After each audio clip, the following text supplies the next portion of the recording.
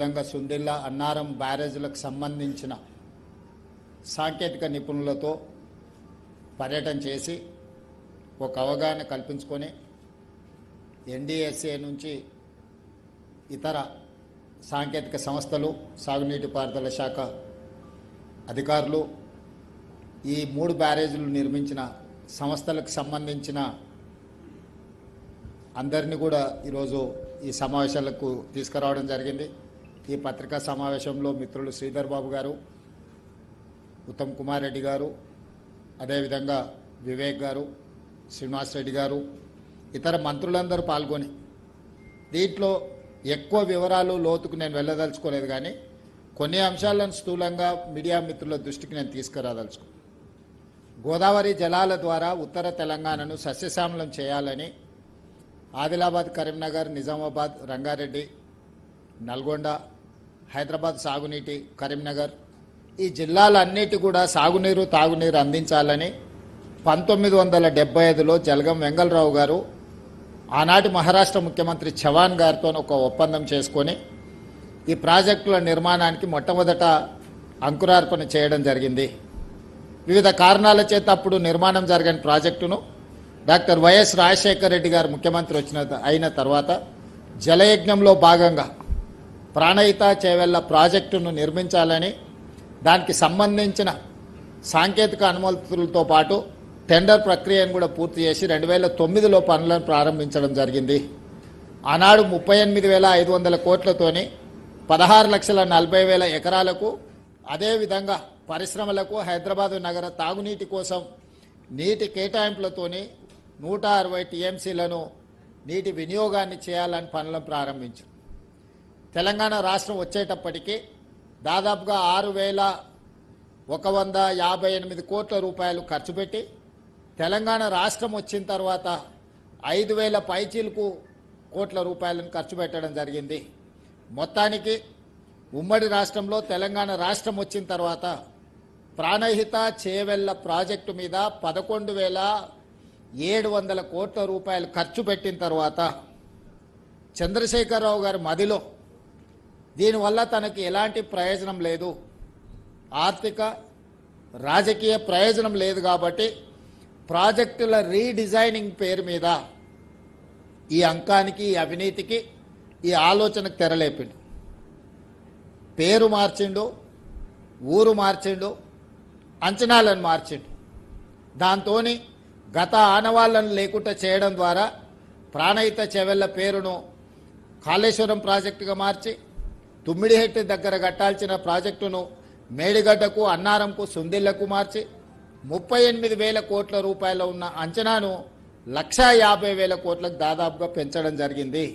తద్వారా రాజకీయ ప్రయోజనం, ఆర్థిక ప్రయోజనం, తనకు తాను ప్రచారం కల్పించుకోవడానికి అవసరమైన అన్ని రకాల తప్పిదాలు చేయడం. దాంతో 2016లో మొదలుపెట్టిన మేడిగడ్డ ప్రాజెక్టు 2019లో పూర్తి చేసినామని ప్రారంభించడం జరిగింది.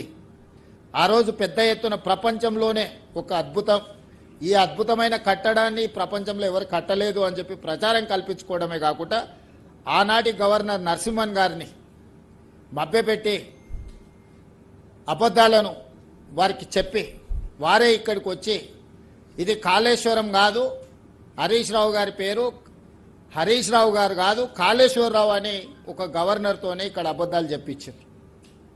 ఆనాడు జరిగిన పనులను అన్నిటిని చూసి ఇది అద్భుతమైన కట్టడం అనే ఒక భ్రమలు కల్పించే ప్రయత్నం చేసి 2018-19 ఎన్నికల సందర్భంగా రాజకీయ ప్రయోజనం పొందిండ్రు.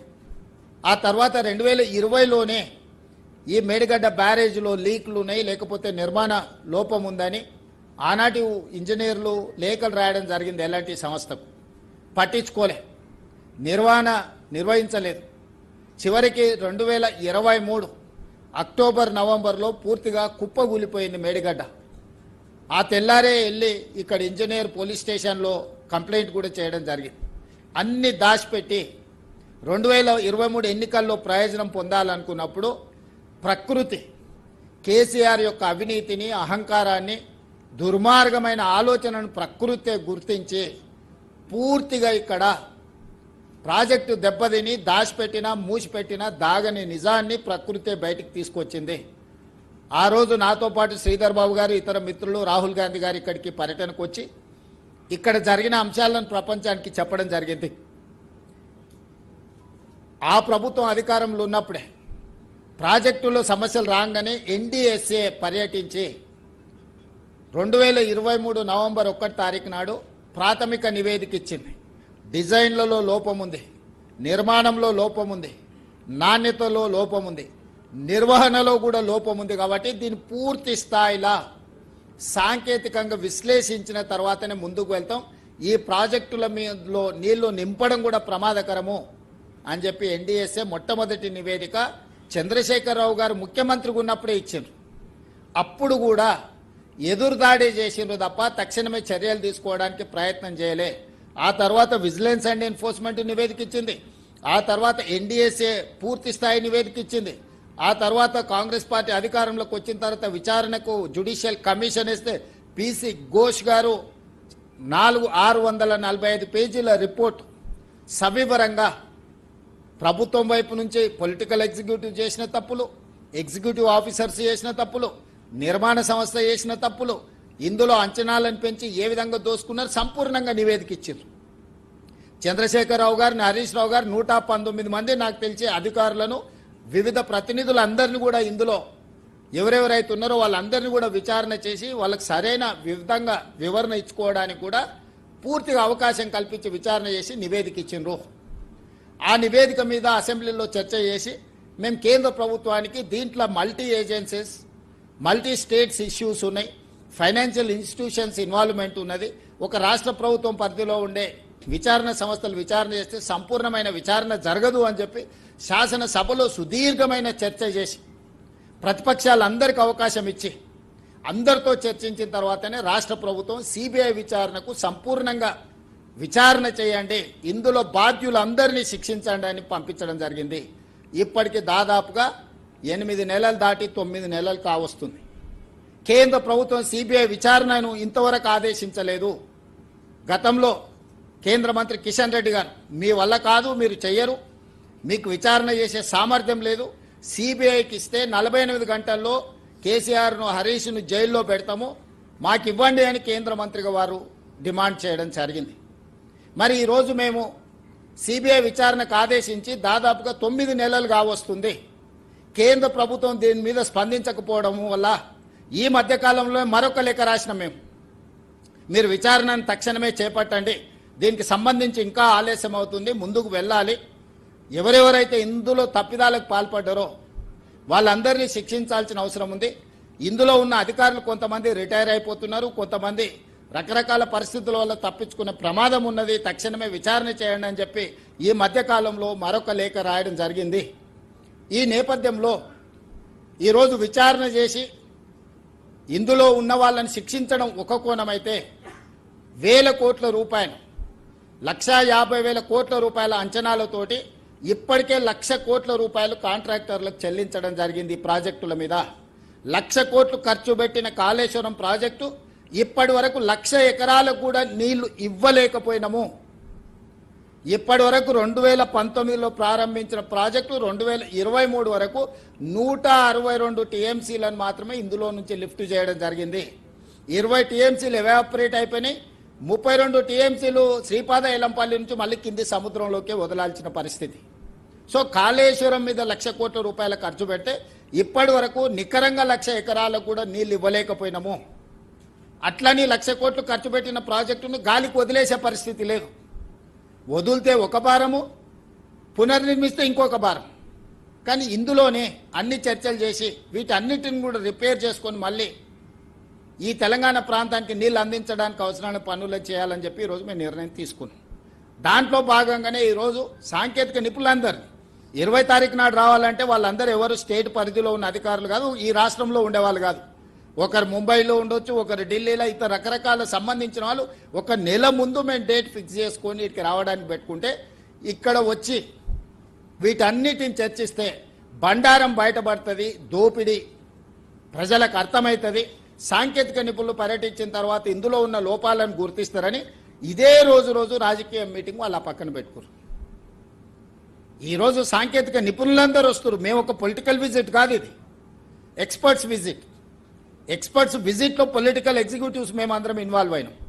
మా ప్రోగ్రాం తెలిసి అతి తెలివితేటలతోటి ఈరోజు ఆ పక్కన మీటింగ్ పెట్టుకున్నారు. వాళ్ళు మీటింగ్ పెట్టుకుంటే మేమేమో అనుమతి ఇవ్వకుండా ఊరుకోలేదు. మీరు ఏమైనా పెట్టుకోండి, నిజాలు అనేది ప్రజలకు తెలుస్తాయి కదా.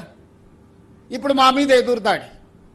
మేము ఈ మధ్యకాలంలో రాసిన లేఖ వల్ల కేంద్ర ప్రభుత్వంలో ఒక కదలికి వచ్చి, నేను కేంద్ర ప్రభుత్వానికి మిగతా దగ్గరలో కూడా ఒకవేళ మీరు తక్షణమే సిబిఐ విచారణకు ఆదేశం చేయకపోతే తొందరలోనే ఆందోళన కార్యక్రమాన్ని ప్రకటిస్తాం కాళేశ్వరం నుంచి అని చెప్పి వాళ్లకు సమాచారం పంపడం జరిగింది. దాంతో బెంబేలెత్తి ఈరోజు విచారణకు ఆదేశిస్తారేమని చెప్పి హడావిడిగా హరీష్ రావు గారు, వినోద్ రావు గారు ఢిల్లీకి పరిగెత్తి బీజేపీ నాయకుల కాళ్ళు పట్టుకోవడానికి ఈరోజు ఢిల్లీ పర్యటనకు పోయినరు. ఒక పక్కన బ్రహ్మాండం బదలవుతుంది, ఇక జీవన్ రెడ్డి గారు వచ్చారు, మాకు జీవన్ టోన్ దొరికింది, ఇంకా మా కండలు పెరుగుతాయి, మేము అధికారంలోకి వస్తాం అని ప్రగల్భాలు పలుకుతే, అంత పెద్ద జీవన్ టోన్ మీకు దొరుకుతున్నప్పుడు మీరు ఢిల్లీకి ఎందుకు పరిగెత్తాల్సి వచ్చింది పొద్దున్నే లేచి చెప్పకుండా? నిజంగానే మీరు మీ కేసుల కోసమైనా ఇంకో దానికోసమైనా మీరు ప్రజలెందుకు చెప్పలేదు? ఒక రాజ్యసభ సభ్యుడు, శాసనసభలో ఉపనాయకుడు, ఓ ఇంపార్టెంట్ లీడర్ ఢిల్లీ పర్యటన ఉంటే రహస్యంగా ఎందుకు పెట్టినరు? మీడియా కనిపెట్టి హరీష్ రావు గారు బీజేపీ వాళ్ళని కలవనికబోతున్నాడని మీడియా బయట పెట్టేట వరకు మీరు ఎలాంటి ప్రకటన చేయకుండా దాచిపెట్టినట్టే మీ ఉద్దేశం ఏంది? ఎంతకాలం బీజేపీని ప్రసన్నం చేసుకొని సిబిఐ విచారణ జరగకుండా మీరు ఆపుకుంటారు? ఈ రకంగా తప్పించుకోవాలని చూడడము, లేకపోతే బీజేపీని అడ్డం పెట్టుకొని అవినీతిని కాపాడుకోవాలని ఆలోచన ఏదైతే ఉన్నదో భవిష్యత్తులో చూస్తూ ఊరుకోము. ప్రభుత్వం కూడా నిర్దిష్టమైన కార్యాచరణతో ముందుకు వస్తుంది. ఒక పక్కన ప్రాజెక్టును రిపేర్స్ చేసుకు